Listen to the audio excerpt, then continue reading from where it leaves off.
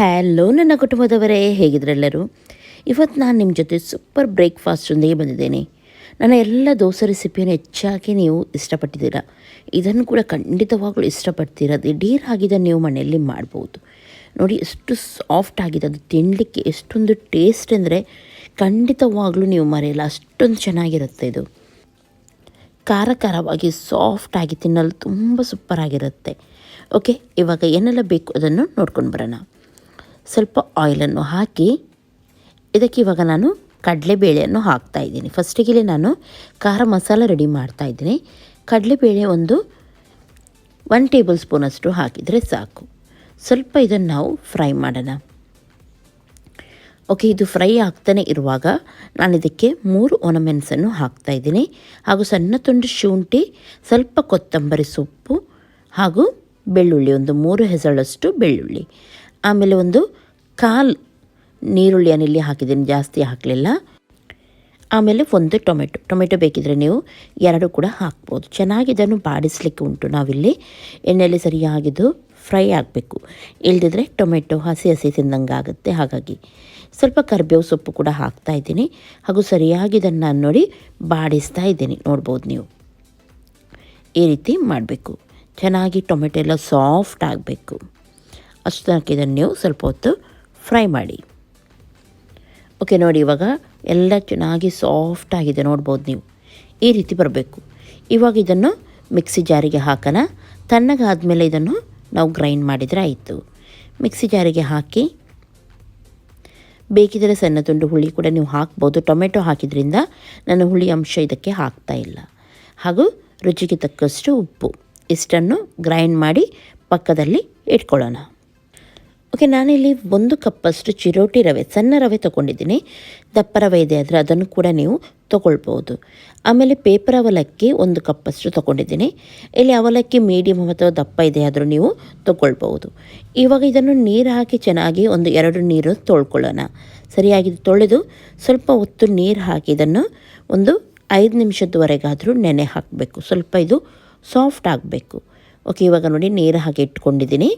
ಇದನ್ನು ಒಂದು 5 ನಿಮಿಷ ನಾನು ಹಾಗೆಯೇ ಬಿಡ್ತೀನಿ. ಓಕೆ, ಇವಾಗ 5 ನಿಮಿಷ ಆಗಿದೆ. ಎಲ್ಲ ನೀರು ಎಳ್ಕೊಂಡು ಇದು ಸಾಫ್ಟ್ ಆಗಿದೆ, ನೋಡ್ಬೋದು. ಬೇಕಿದ್ದರೆ 1 ಸ್ಪೂನಷ್ಟು ಮೊಸರು ಕೂಡ ನೀವು ಇದಕ್ಕೆ ಆ್ಯಡ್ ಮಾಡ್ಬೋದು. ನಾನಿಲ್ಲಿ ಯಾವುದೇ ಮೊಸರೆಲ್ಲ ಏನು ಸೇರಿಸ್ತಾ ಇಲ್ಲ. ಇವಾಗ ಇದನ್ನು ಹಾಕಿ ಸ್ವಲ್ಪನೇ ನೀರನ್ನು ಹಾಕಿ ಇದನ್ನು ಗ್ರೈಂಡ್ ಮಾಡಬೇಕು. ಜಾಸ್ತಿ ನೀರು ಹಾಕಿಬಿಡಿ, ಸ್ವಲ್ಪ ದೋಸೆ ಹಿಟ್ಟು ರೀತಿ ನಮಗೆ ಬೇಕು. ಹಾಗಾಗಿ ಸ್ವಲ್ಪ ನೀರನ್ನು ಹಾಕಿ ಇದನ್ನು ಗ್ರೈಂಡ್ ಮಾಡೋಣ.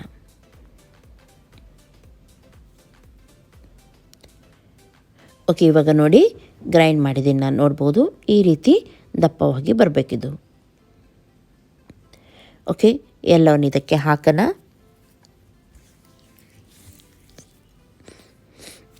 ಓಕೆ, ಇವಾಗ ಇದಕ್ಕೆ ರುಚಿಗೆ ತಕ್ಕಷ್ಟು ಉಪ್ಪನ್ನು ನಾನು ಸೇರಿಸ್ತಾ ಇದ್ದೀನಿ. ಆಮೇಲೆ ಇದಕ್ಕೆ ಸ್ವಲ್ಪ ಕೊತ್ತಂಬರಿ ಸೊಪ್ಪು, ಹಸಿಮೆಣಸು, 1 ಹಸಿಮೆಣಸು ಹಾಕಿದ್ದೀನಿ ಇದಕ್ಕೆ ನಾನು. ಆಮೇಲೆ ನೀರುಳ್ಳಿ,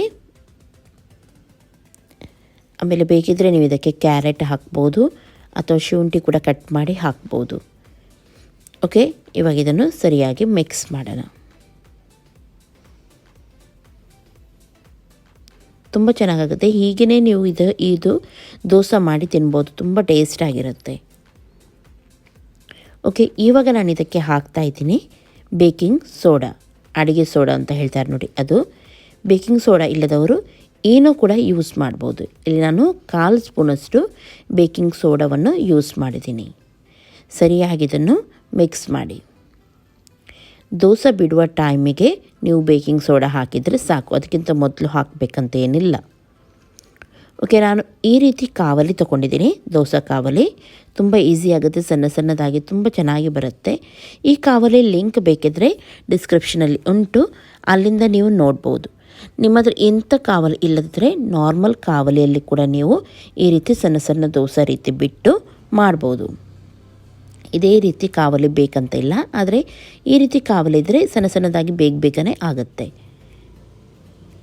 ಓಕೆ, 4 ಸೈಡ್ ಕೂಡ ನಾನು ಇದನ್ನು ಬಿಡ್ತಾ ಇದ್ದೀನಿ. 1 ಸ್ಪೂನಷ್ಟು ಹಾಕ್ತಾ ಇದ್ದೀನಿ.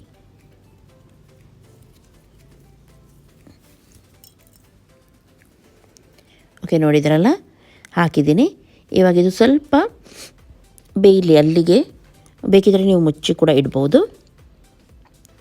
ಓಕೆ, ಇವಾಗ ಸ್ವಲ್ಪ ಬೆಂದ ಮೇಲೆ ನಾನು ಇದರ ಮೇಲೆ ನಾವು ರೆಡಿ ಮಾಡಿಟ್ಟ ಚಟ್ನಿ ಇತ್ತು ನೋಡಿ, ಅದನ್ನು ಹಾಕ್ತಾಯಿದ್ದೀನಿ. ಖಾರ ಚಟ್ನಿ ಇತ್ತು ನೋಡಿ, ಅದು ಸ್ವಲ್ಪ ಹಿಟ್ಟು ಈ ರೀತಿ ಇದ್ದರೂ ಪರವಾಗಿಲ್ಲ, ಚೆನ್ನಾಗಾಗುತ್ತೆ. ಅದು ಪೂರ್ತಿಯಾಗಿ ಬೇಯಬೇಕಂತ ಇಲ್ಲ, ಮೇಲ್ಗಡೆ ಸ್ವಲ್ಪ ಹಿಟ್ಟು ಕಾಣ್ತಾ ಉಂಟು ನೋಡಿ, ಆ ರೀತಿ ಇದ್ದರೆ ಪರವಾಗಿಲ್ಲ. ಅದರ ಮೇಲೇ ನೋಡಿ ಈ ರೀತಿ ನೀವು ಖಾರ ಚಟ್ನಿಯನ್ನು ಹಾಕಿ.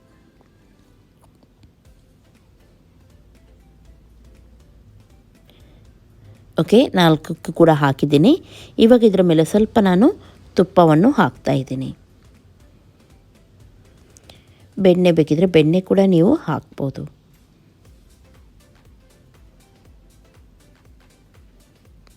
ಓಕೆ, ಇವಾಗ ಇದನ್ನು ಸ್ವಲ್ಪ ಹೊತ್ತು ಮುಚ್ಚಿಡೋಣ. ಮೀಡಿಯಮ್ ಫ್ಲೇಮಲ್ಲಿ ಇಟ್ಟರೆ ಸಾಕು, ಇದು ಗ್ಯಾಸ್ ಫಾಸ್ಟಲ್ಲಿ ಇಡಬೇಡಿ. ಓಕೆ, ಇವಾಗ 1 ನಿಮಿಷ ಬಿಟ್ಟು ನಾನು ನೋಡ್ತಾ ಇದ್ದೀನಿ ನೋಡಿ, ಚೆನ್ನಾಗಿ ಮೇಲ್ಗಡೆ ಬೆಂದಿರುತ್ತೆ. ಇವಾಗ ಇದನ್ನು ನಾವು ಟರ್ನ್ ಮಾಡಿ ಹಾಕೋಣ.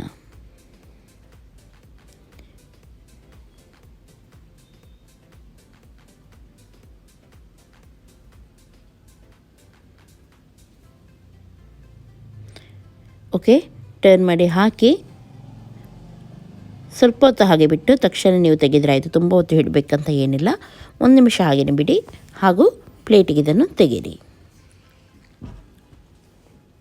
ಓಕೆ, ಇವಾಗ ನೋಡಿ ತೆಗಿತಾ ಇದ್ದೀನಿ ನಾನು. ನೋಡಿ ತುಂಬ ಚೆನ್ನಾಗಾಗುತ್ತೆ ಈ ರೀತಿ ನೀವು ಮಾಡಿದರೆ.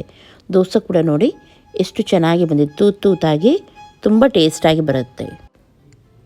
ಓಕೆ, ನೋಡಿದ್ರಲ್ಲ ಎಷ್ಟು ಸಿಂಪಲ್ ಆಗಿ ಉಂಟು. ಈ ರೀತಿ ನೀವು ಮಾಡಿದರೆ ಆಯಿತು. ಇದೇ ರೀತಿ ಇವಾಗ ನಾನು ಮಾಡಿ ತೆಗಿತಾ ಇದ್ದೀನಿ. ಇನ್ನೊಂದು ಕೂಡ ನಾನು ಸರಿಯಾಗಿ ನಿಮ್ಮ ಜೊತೆ ಶೇರ್ ಮಾಡ್ತೀನಿ ನೋಡಿ. ಮಕ್ಕಳಿಗೆ ಕೂಡ ಇಷ್ಟ ಆಗುತ್ತೆ ನೀವು ಈ ರೀತಿ ಮಾಡಿಕೊಟ್ರೆ. ಡೈಲಿ ಒಂದೇ ರೀತಿ ತಿಂದು ಬೋರ್ ಆಗಿರೋರಿಗೆ ಇದು ಸೂಪರ್ ಆಗುತ್ತೆ. ಇದಕ್ಕೆ ಎಕ್ಸ್ಟ್ರಾ ಯಾವುದೇ ಚಟ್ನಿ ಬೇಕಂತ ಇಲ್ಲ ನೋಡಿ. ಇವಾಗ ಇನ್ನೊಂದು ಮಾಡ್ತಾಯಿದ್ದೀನಿ. ಇವಾಗ ಇದಕ್ಕೆ 1 ಸ್ಪೂನಷ್ಟು ಹಿಟ್ಟನ್ನು ಹಾಕಿದರೆ ಆಯಿತು.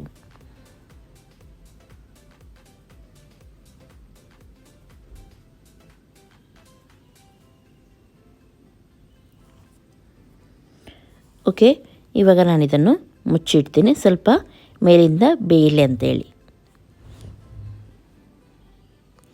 ಓಕೆ, 1-2 ನಿಮಿಷ ಮುಚ್ಚಿಟ್ಟಿದೆ. ಇವಾಗ ತೆಗಿತಾ ಇದ್ದೀನಿ ನೋಡಿ, ಚೆನ್ನಾಗಿದು ಬೆಂದಿದೆ. ಮೇಲ್ಗಡೆ ಸ್ವಲ್ಪ ಹಿಟ್ಟುಂಟು, ಆ ರೀತಿ ಇದ್ದರೆ ಪರವಾಗಿಲ್ಲ. ದೋಸೆ ನೋಡಿ ಎಷ್ಟು ಚೆನ್ನಾಗಿದು ಬರುತ್ತೆ, ನೋಡ್ಬೋದು ನೀವು ನೋಡಿ. ಹತ್ತಿರದಿಂದ ತೋರಿಸ್ತಾ ಇದ್ದು ಎಷ್ಟು ಚೆನ್ನಾಗಿ ಬರುತ್ತೆ ದೋಸೆ, ತುಂಬ ಸಾಫ್ಟ್ ಆಗಿರುತ್ತೆ. ಖಂಡಿತ ಎಲ್ಲರಿಗೂ ಮನೆಯಲ್ಲಿದು ಇಷ್ಟ ಆಗುತ್ತೆ. ಮೇಲಿಂದ ನೀವು ಈ ರೀತಿ ಚಟ್ನಿಯನ್ನು ಹಾಕಿದರೆ ಆಯಿತು ನೋಡಿ. ಓಕೆ, 4 ಸೈಡ್ ಕೂಡ ಹಾಕಿ ಸ್ವಲ್ಪ ಹೊತ್ತು ಇದರ ಮೇಲೆ ಸ್ವಲ್ಪ ತುಪ್ಪವನ್ನು ಹಾಕಿ, ತುಪ್ಪ ಅಥವಾ ಎಣ್ಣೆ ಕೂಡ ನೀವು ಹಾಕ್ಬೋದು ನೋಡಿ. ಈ ರೀತಿ ತುಪ್ಪವನ್ನು ಹಾಕಿ ಆಮೇಲೆ ನೀವು ಇದನ್ನು ಸ್ವಲ್ಪ ಹೊತ್ತು ಮುಚ್ಚಿಟ್ರೆ ಆಯಿತು, ಮೇಲ್ಗಡೆ ಕೂಡ ಕರೆಕ್ಟಾಗಿ ಬೇಯಲಿಕ್ಕೆ. 1 ನಿಮಿಷ ಬಿಟ್ಟು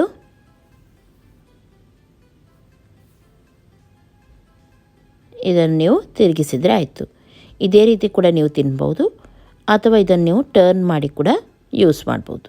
ಈ ರೀತಿ ಕೂಡ ನೀವು ತೆಗಿಬೋದು, ಏನಾಗಲ್ಲ. ಓಕೆ, ನೋಡಿದ್ರಲ್ಲ ಎಷ್ಟು ಸಿಂಪಲ್ ಆಗಿ ಉಂಟು. ಈ ರೆಸಿಪಿ ನಿಮಗೆ ಖಂಡಿತವಾಗ್ಲೂ ಇಷ್ಟ ಆಗಿರ್ಬೋದು ಅಂತ ಎಣಿಸ್ತೀನಿ. ಇದೇ ರೀತಿ ಮಾಡಿ ಆಮೇಲೆ ನನ್ನ ಜೊತೆ ಶೇರ್ ಮಾಡಿ ಯಾವ ರೀತಿ ಆಗಿತ್ತಂತ ಹೇಳಿ. ನೋಡಿ ಚೆನ್ನಾಗಿ ಬರುತ್ತೆ ಇದು. ಹಾಗೂ ದೋಸೆ ಕೂಡ ಸಾಫ್ಟ್ ಆಗಿರುತ್ತೆ. ಈ ಚಟ್ನಿ ಕೂಡ ನಾವು ಹಾಕಿದ್ವಿ ನೋಡಿ, ಇದಕ್ಕೆ ಚೆನ್ನಾಗಿ ಸೂಟ್ ಆಗುತ್ತೆ ನೋಡಿ. ನೋಡ್ತಾ ಇದ್ದೀರಲ್ಲ, ಖಂಡಿತವಾಗ್ಲೂ ಮನೆಯಲ್ಲಿ ಎಲ್ಲರೂ ಇಷ್ಟಪಟ್ಟು ಇದನ್ನು ತಿಂತಾರೆ. ನೀವೊಮ್ಮೆ ಮಾಡಿಕೊಟ್ಟದ್ದು ಮಾತ್ರ ಬಾಕಿ, ಹಾಗಾಗಿ ಖಂಡಿತವಾಗ್ಲೂ ಟ್ರೈ ಮಾಡಿ. ನನ್ನ ರೆಸಿಪೀಸ್ ಎಲ್ಲ ಯಾರಿಗೆ ಇಷ್ಟ ಅವರು ಲೈಕ್ ಮಾಡಿ. ನನ್ನ ಚಾನಲ್ಗೆ ಇನ್ನೂ ಕೂಡ ಯಾರು ಸಬ್ಸ್ಕ್ರೈಬ್ ಮಾಡಲಿಲ್ಲ ನೋಡಿ, ಅವರು ಸಬ್ಸ್ಕ್ರೈಬ್ ಮಾಡಿ, ಪಕ್ಕದಲ್ಲಿರುವ ಬೆಲ್ ಬಟನ್ ಕೂಡ ಕ್ಲಿಕ್ ಮಾಡಿ. ಹಾಗೂ ನಿಮ್ಮ ಫ್ರೆಂಡ್ಸ್ ಜೊತೆ ಎಲ್ಲರ ಜೊತೆ ನನ್ನ ರೆಸಿಪಿಯನ್ನು ಶೇರ್ ಮಾಡ್ತಾಯಿರಿ. ನೋಡಿ ಎಷ್ಟು ಸಾಫ್ಟಾಗಿ ಬಂದಿದೆ ನೋಡಿ. ಒಳಗಡೆ ಕೂಡ ನೋಡ್ಬೋದು ನೀವು, ಎಷ್ಟು ಚೆನ್ನಾಗಿ ಬರುತ್ತೆ. ಇದು ದೋಸದ ರೀತಿಯೇ ಇದು ಆಗುತ್ತೆ. ಓಕೆ, ಇನ್ನು ನಾಳೆ ಸಿಗ್ತೀನಿ ನಾನು ಒಳ್ಳೆಯ ಒಂದು ರೆಸಿಪಿಯೊಂದಿಗೆ. ಎಲ್ಲರಿಗೂ ಟೇಕ್ ಕೇರ್. ಬಾಯ್ ಬಾಯ್.